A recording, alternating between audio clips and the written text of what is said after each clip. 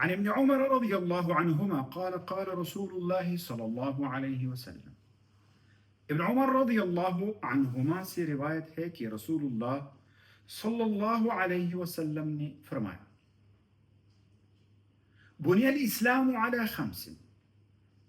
اسلام کی بنیاد 5 چیزوں پر رکھی گئی ہے۔ شہادت اللہ الہ الا اللہ، یہ گواہی دینا، یہ شہادت دینا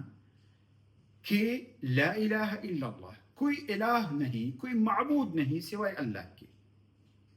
وَأَنَّ مُحَمَّدًا رسول اللہ، اور یہ کہ محمد اللہ کے رسول ہے، وَإِقَامِ الصَّلَاةِ، اور صلاۃ قائم کرنا،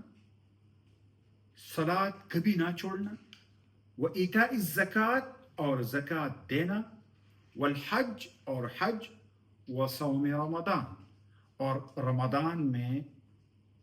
صوم یعنی روزہ رکھنا۔ صحیح البخاری حدیث نمبر 8، صحیح مسلم حدیث نمبر 16۔